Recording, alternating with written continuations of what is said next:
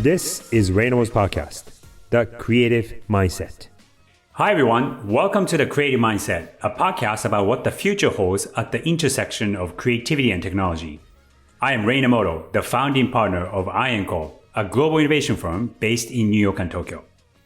Today's episode is AMA, Ask Me Anything, where we answer questions from our listeners. Instead of just answering them by myself, we invite them to be on a show and make that into an open conversation. Today's question came from Liya Safina, who is a digital product designer based in Hawaii. Originally from Belarus, she immigrated to the US when she was younger and started her career as a designer in New York City. Before the pandemic, she traveled around the world and ended up settling down in Hawaii during the pandemic. I write a newsletter, and in one of the articles, I mentioned about personal branding. That was the article that she responded to, and she wanted to ask me about branding in general and how she can break through the ceiling that she feels that she has as a female immigrant in the United States. So let's get started. Ask me anything.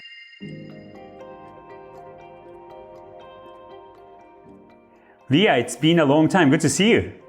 Good to see you too, Ray. So just to give our listeners a little bit of context, Liya and I used to work together on my company before COVID. So it must have been 4 years ago. You were a freelancer with us for several months or so before you went on your world tour trip. And then COVID hit. So tell us and tell the audience where you are. So I'm currently located in Hawaii, and I've been living here for 2.5 years now, which is very unexpected. I never meant to stay here. I was visiting, but then I just created this amazing community here. I met my partner here, who is also in innovation. And, I blinked, and it's been 2.5 years that I'm here. Well, it's not a bad place to be stuck in for 2.5 years. I mean, we were chit-chatting before starting the recording, the devastation from the fire. You were on a different island, so you weren't affected by it. But, hope that the state of Hawaii, just in general, recovers from that as quickly as possible. Yes, it's truly a heartbreaking event and truly a big tragedy, especially for, the native Hawaiians, the culture of Hawaii. And what I can say, though, is that I'm observing the community is really coming together, all the different islands sending the help, the donations, all the materials that people need coming together to support the organizations. And truly, Hawaii is very, very resilient. And I really hope that, people will find a way through, and the Lahaina is going to be rebuilt the same way that it was, and not turned into a new touristic destination with luxury hotels. Right, definitely. Well, best of luck, and anybody who can support, please do. So to get into the conversation, if you can just give a quick background about you and what you've done, and then you sent us your question via email, but wanted to have you talk to us about the question that you wanted to discuss. Perfect. So I work in digital innovation. Originally, I was a UX UI designer for different websites and apps and services. But over the years, I found my niche in specialization in working in new and emerging technologies. To simplify it, I constantly solve the new use cases in the areas where there are no best practices. So you cannot copy something that's already out there. You have to figure out from scratch, whether it's AR, VR, blockchain, AI, but it doesn't necessarily have to be that. It could be as simple as new approach to e-commerce, new approach to dating apps, new approach to media.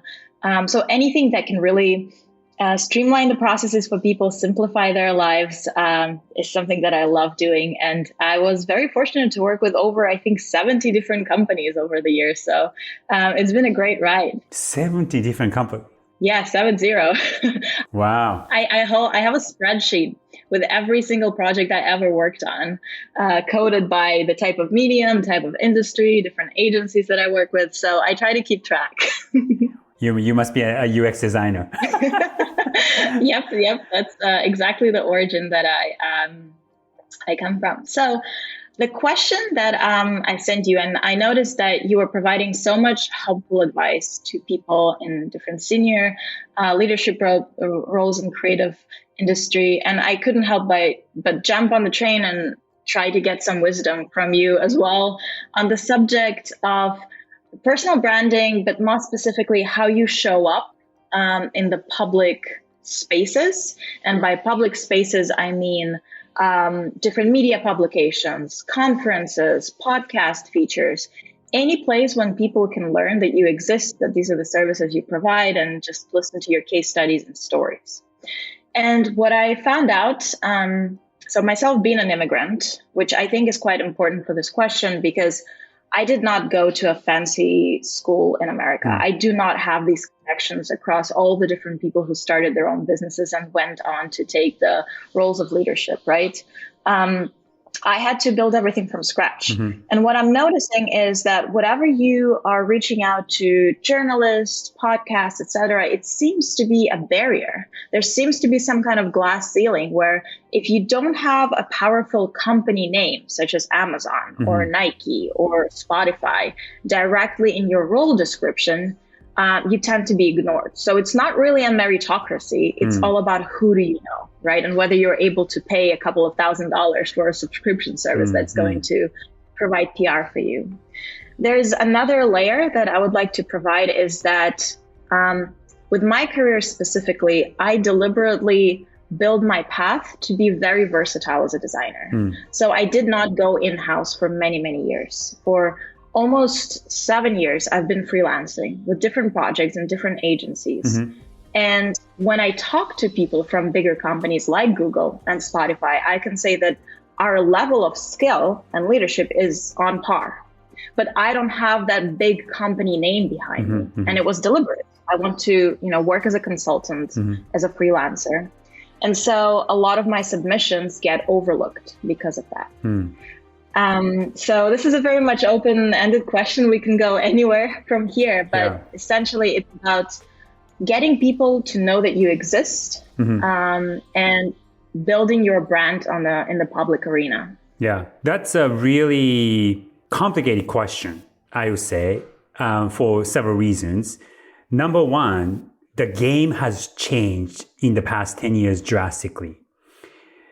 And number two, especially in the past 12 to 18 months, with the sudden leap of AI, particularly generative AI as a tool, is going, like the next 10 years, I think will be drastically different and even more different than the previous 10 years that we've seen, right? So, and then the third thing is the traditional ways of getting noticed might not be as relevant as much as we worry about they are in terms of their relevance and importance, right? So going back to my first point about how the game has changed, and, I don't need to explain to you, I don't need to explain to our listeners how certain things that weren't possible 10 years ago is now possible, especially when it comes to personal branding, right? So for instance, sort of an extreme example of that would be somebody like Mr. Beast, who is 25, 26 years old.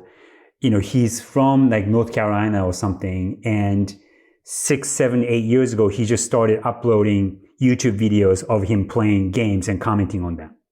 And then now he's one of, if not the biggest star on YouTube, and then the number of followers he's got is like more than several network TV stations combined. That kind of phenomenon wasn't possible 10 years ago, right? So that's what I mean by the game has changed, and what wasn't possible 10 years ago is now possible. Because of technology, I would say the competition is going to get even more fierce in the next 10 years than the previous 10 years, right? And then the last point that I was making was the traditional platforms and media places that used to be the place to get noticed may not be as relevant and as important as you think.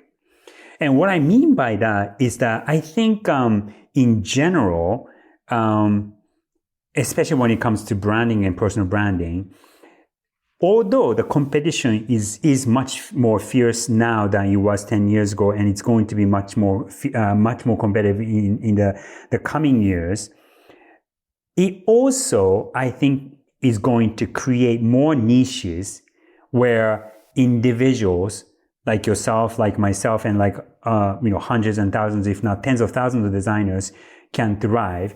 And if you have, say, 10,000 followers, that might actually be enough to really make a pretty decent, good living. You don't have to have 10 million followers or even a million followers. There are plenty of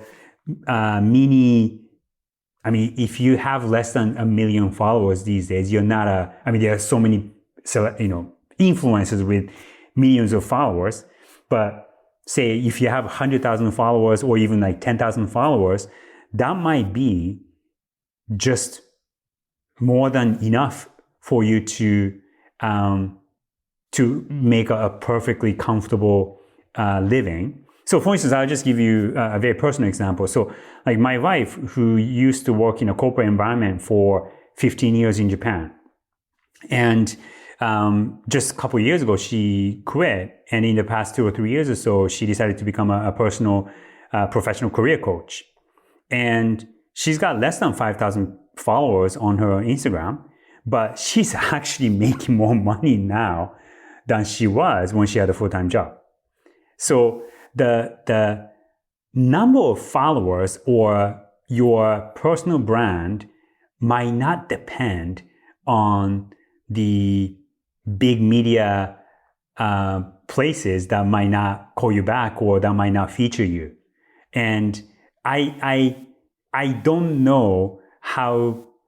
Yeah, of course, you'll be good to be featured in Fast Company or Wired or How Magazine or what have you.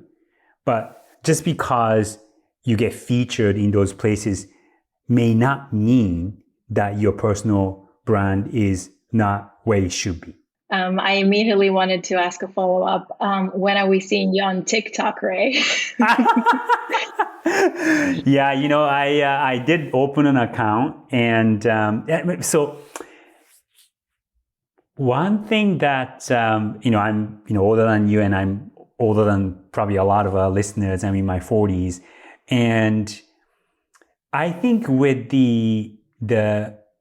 with the advent of social media and the ever increasing complexity in the landscape of social media and multiple options that you have, like when I started my career, there was no social media, there was no mobile. You can make a website, you have xyz.com, and that was your playground. And then, blogs started to become big, and then YouTube came, and then Facebook came, and so forth and so forth, right? And now there are so many different types and so many different ways of expressing yourself that it's easy to feel like you have to be good at multiple media outlets. But one thing that I've learned, and I feel like I'm still learning, is that I think one needs to find a medium that they are good at. And I've experimented with, Instagram and I post on Instagram and I don't really post on TikTok, but I'm not sure just yet that if that's my go-to media for the time being. Like my medium for the time being, like 10 years ago, it used to be conferences. Like I used to go speak at conferences. And then like in the past 3 or 4 years, so just because of COVID, that kind of stopped all of a sudden. And I do get invited and I do get asked to speak at conferences. But one thing that I did in the past, say like 15 years ago, very occasionally, and I got a decent traction, and now I'm doing a lot more of, is writing. And, as you know, I started a newsletter not too long ago, but I think for the time being, writing is my medium because that's where I get to organize complicated thoughts and simplify them down into a few tangible, insights. And could I make TikTok videos? Yes, of course. But I think I have my own occupational mental barrier that, like, if I make a TikTok video, like, oh, I want to do this, I want to make it almost like too perfect. And that's not what TikTok is about. TikTok is about speed. TikTok is about just, constant, immediate expression. Yeah. And maybe I'll get myself to do it on a more consistent basis. But I think what I'm trying to say is, I think everybody has a medium that they are either meant for or they're good at. And it's easy to be blinded by whatever the most popular media platform might be. And then that's where you think you should go, but it might not be. Yeah, absolutely. And I think there's a lot of pressure, to your point, for millennials, people in their 30s, to show up on TikTok. But I feel like there's this fear of showing up on camera. And I think the previous generation had this fear showing up on Instagram with their personal photos, But interestingly enough, I've been consulting with a VC specialist in innovation or a LinkedIn specialist that I found through their TikTok. So, if you really power through and you feel like you can show up raw and unedited, exactly like you're saying, then the results are very much exponential. Yeah. The question is whether it's your medium or not. And I think people can only get it through experimentation. And truly, I'm pushing myself. I think it's my big goal for the next year to try and see whether that's something that I can be good at or, let it go and continue at some other different medium. Yeah. So just because everybody else is doing it doesn't mean that you should. And one of the things about social media or just personal branding in general is just lower your bar, lower the bar of your own standard. Because I think you yourself could be, or we ourselves, especially as designers, could be our own biggest critic and our biggest enemy. Absolutely. Yeah. I think consistency and regularity is key when it comes to social media and personal branding. Social media is great for a very particular audience. My hypothesis is, if as a service provider, as a thought leader, you're trying to connect with individuals, social media is perfect because this is how a lot of people get coaching, et cetera, et cetera. Yeah. But if you're targeting companies, and personally for me, working in innovation is a really interesting career path because a lot of these jobs, they don't get posted out there. Right. So in order to get something that's very much out there, you have to be known as a person who can handle this, who has experience. And I feel like when your audience is companies, still traditional outlets such as Forbes or Business Insider or Wired are highly relevant even right now. So with that in mind, do you have any perspective on whether it's worth trying to show up in that medium, or whether you feel like it's still very much gatekept and you have to own your own company, you have to run 100 people offices in order to be considered? Here's something that really kickstarted my pursuit of being a little bit more known in the industry. Very recently, I spoke at a conference, and I was a morning keynote speaker. My peer from Amazon was a keynote speaker in the evening. We were absolutely equal in terms of our placement as keynote speakers in the program. And me and her became really good friends after the conference. We were getting drinks, and we were talking, and she's like, well, how much did you get paid for this speaking gig? And I said, nothing. And she said, whoa, well, I got my flights paid for, and I got a couple of $1,000s off speaking fee. And what it equates to is because behind her name, she had Amazon, and behind my name, I had just my, consulting company. Yeah. Even though I worked on Nike, I worked on Toyota, and I worked on Google projects. Yeah. So that's something that I feel is a systemic issue in the design world. You get overlooked just because you didn't have these names. And it's not merit based. It's name dropping based, if I may. But I would love to hear your perspective on that. This may not be what you want to hear, right? But I would say the world is not a fair place, right? And whether it's the school that you went to, whether it's the place that you worked for, whether it's somebody that you know or somebody that you're connected to, those are, I think, factors of how things work, partially, right? So you have to, I think, build something that you become known for. And instead of relying on like Uber or Meta or Google or Toyota or whatever, those are other names that you rely on to build your brand, which, by the way, is a way of building a brand, right? But just relying on that, I don't think is going to get you beyond that. Like, I think you have to be known for what you do and what you make if you're a designer, or what you write or what have you. And that's something that I hear a lot from you. Oh, I don't have this name, or I don't have that name on my resume or behind me. But I'm yet to hear from you, okay, this is what I've done, or this is what I've made, and that became known. Like you said that, you work in the fringes of new technologies and how to apply those new technologies for the benefit of the user. That sounds great, but I'm yet to hear from you, this is the thing that I've done to prove that point. So here comes the second part of the thing that I'm trying to overcome with more visibility, which is NDAs. So here's an example. I worked on a project for Nike. We were building an extremely innovative new part of post-purchase experience for their app. They did not launch it yet, and I cannot show it.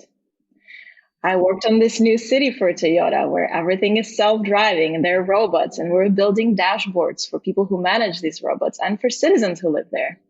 None of this has been released, and I'm not able to show it to people, et cetera, et cetera. There's so many. I would probably say half of all the work that I've done is extremely protected by NDAs. So my pursuit, and I absolutely agree with you. I think it is paramount to be known for the work. And that's something that I'm working towards. That's the reason why I speak at conferences. And mind you, I still talk about my work for Toyota in the conferences, but I don't show it. I talk about the methodology of how I was able to solve certain problems.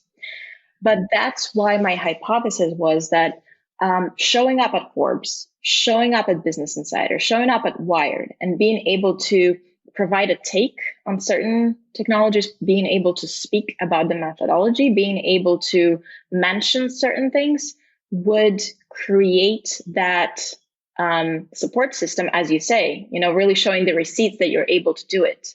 But unfortunately, half of my projects are heavily NDA'd, and there's just no way around it. So one of the things that I wrote in the newsletter that you responded to, where I talked about how to build a brand as a designer.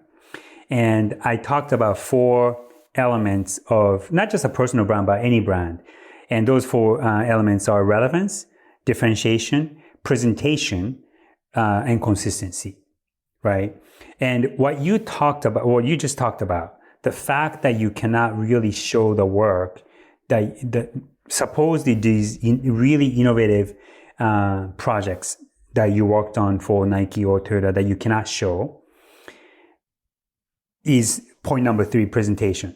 Like the fact that you are not able to visually present the work is a disadvantage, right? So as a designer, I think I call myself a designer, and there are many different types of designers, but at the end of the day, we make things. we make visible things. If we don't have a thing that we don't become known for, then the question is, what does she, what do they, what does he, what do they design? They say they do innovation, but I don't see it. They talk about it, but I don't see it. So you might be rushing a bit too much, So yeah, it would be nice to get featured in Forbes or Wired or those big name publications. Or it'd be nice to be pursued than to pursue. But say if you spend the next 2 years, and 2 years is not that long. I mean, we spent inside our homes for the past, 2 years in the past 3.5 years, right? Yeah. And if you have a really iconic piece of work that you can claim that you really had a significant involvement in, and on the other side of it, you can claim, as long as you can, don't take credit for you didn't really do, right? Because people will find out. Yeah. But work on something for, say, 24 months and really, knee deep, heads down, and then the work is something that you can credibly say that I was part of, something like Toyota. I mean, that's a huge project. So you're not the only one doing it, right? So it's part of the team that you'll be working on. But I think my advice would be to find a project that you can spend, say, 24 months and that you could be known for. And without that, I think you might be rushing to build your personal brand. I think you're really getting at a very important theme that I think will be relevant for so many people listening to us, is that it's very easy to be impatient and it's very hard to be patient. But that's something that my generation needs to remind ourselves of. The generation of people who worked in one career for 20 years, for 30 years, 50 years. And then we have the generation that starts a company when they're 18 on TikTok and suddenly gets 100,000 followers and never have to enter the corporate world, right? There's a sense of instant gratification, and there's a sense of impatience, and there's a sense of, I'm seeing all of these examples of people who are extremely young, ambitious, and capable, achieving something.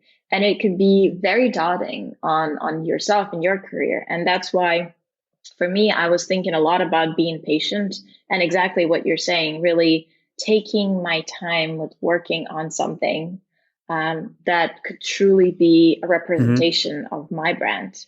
Or hopefully one of the projects that I worked on in the previous years will finally be released. On top of that, it's so easy to be distracted because of social media.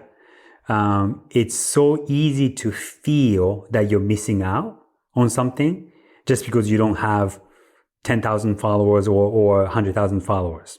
That it's easy to feel that you're behind.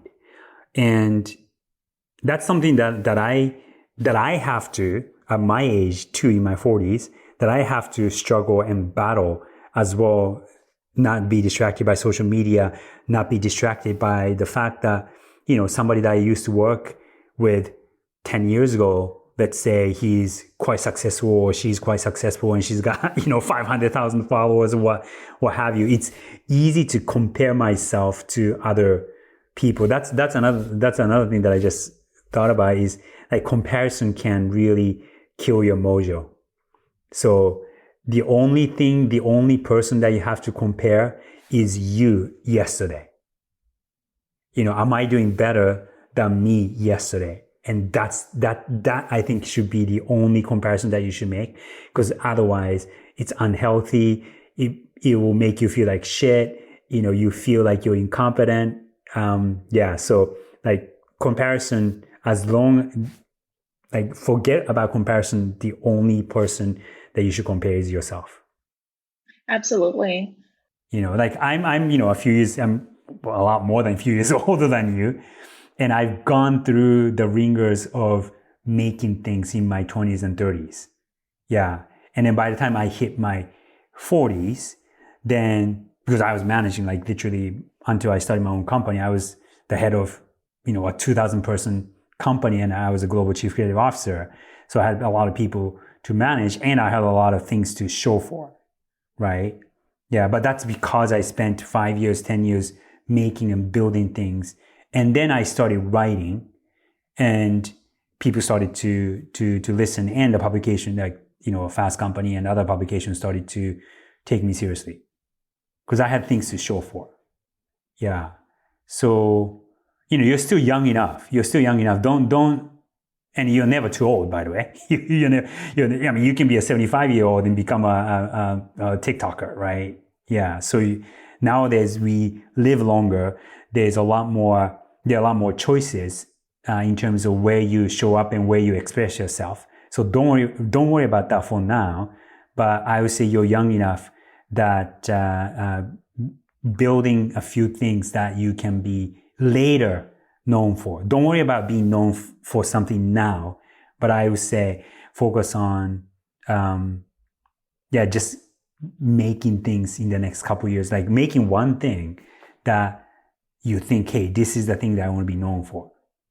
Not sure if that's what you wanted to hear. No, of course.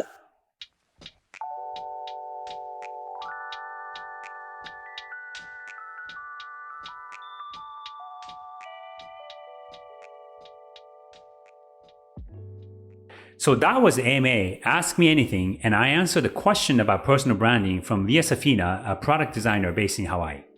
This session was a little bit unexpected for me because as I was trying to peel the layers of her question about personal branding and how she wanted to get noticed by bigger publications and bigger media outlets, what I realized through the conversation, as you heard in my session with her, was that I felt like she was getting too hung up on the outcome and the positive result of what she would be doing. So I think she was focusing a little bit too much on the challenges and obstacles and sort of not looking at what she really needed to do now in order to get to where she could be a year from now or 2 years from now. And sometimes, and I think it's a common symptom that myself included, to be honest, that people might have who are trying to establish their personal brand online these days. There are so many tutorials, there are so many branding gurus, there are so many social media growth experts out there who are touting and promoting their methods and their systems of growing your brand. Hey, you should be posting how many times a day? You should be posting this type of reel, this type of post. You should be using this kind of trending audio and so forth. There are so many little tricks and techniques and even gimmicks that you can use to boost your post. And the drug that you could get addicted to is that those things could work. You might see a boost in your post, you might see a boost in the number of followers, but I don't believe that those things are good for your personal brand in the long run. The tricky thing about the age that we live in and the platforms that we have to be on, whether it's Instagram or TikTok or Twitter or what have you, is that they change over time and unexpectedly and unpredictably. So if you are too hung up on these little techniques and algorithms that these platforms introduce every few months or so, when they change, your techniques might not be relevant. So instead, really focus on the work that you're doing, really focus on the core, the nature of the content and what you're trying to show and what you're trying to say. And then the byproduct of that might be more followers, might be a mention in a publication or in a media outlet. So take it slow. I know we live in a fast-paced world, but take it slow, be patient, be consistent, aim for quality, not quantity. Don't rely on tricks or gimmicks, and stay the course for a while, hopefully a year, 2 years, and I'm certain that you'll be rewarded. Part 2 is a continuation of my conversation with Liya, and we go into Web3, AI, and how those new technologies might affect our professions. She's a digital product designer, so that is naturally a topic she's keen to explore, as I am. So stay tuned. If you're listening to this podcast on Spotify, there's a Q&A input, so please do send us your questions and comments. If you're listening to this on Apple Podcasts, and if you like our podcast, please leave us a 5-star rating. We'll be so grateful. I'm Ray Namoto, and this is The Creative Mindset. See you next time.